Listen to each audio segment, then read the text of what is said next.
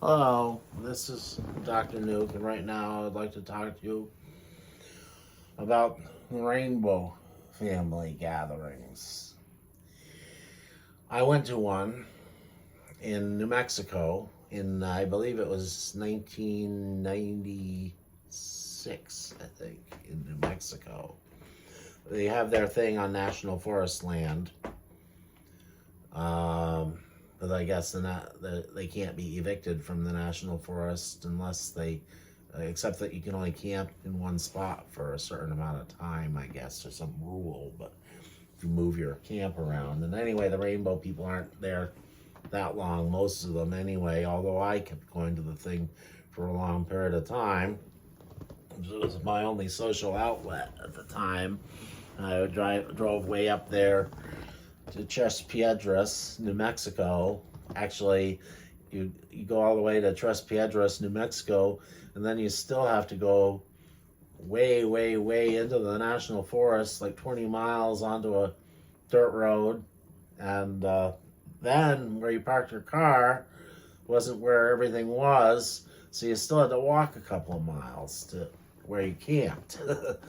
Yeah. Some people camp near where the cars were. I arrived there by my own car, and I drove back to my home every week about when I was able to clean up, to get more food and supplies and so on. Not everyone else there was able to do that, of course. There were people there from all over the country. And it was a hippie thing. It was a lot. There were a lot of hippies there, yeah, and not everyone was very well supplied or equipped, however.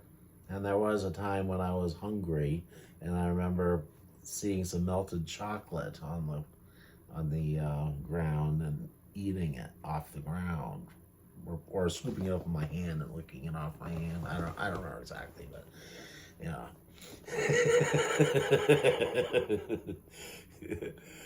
You know, yeah, it's a very hippie thing. Yes. Incidentally, there was a fairy camp. That's what they called it, where the gays were at the Rainbow encampment, and they flew the rainbow flag. But the thing is, the Rainbow family has been around before gays were using the rainbow symbol.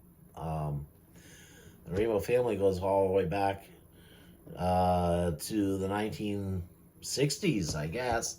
And the gays at that time were using a pink triangle, if they were using anything at all.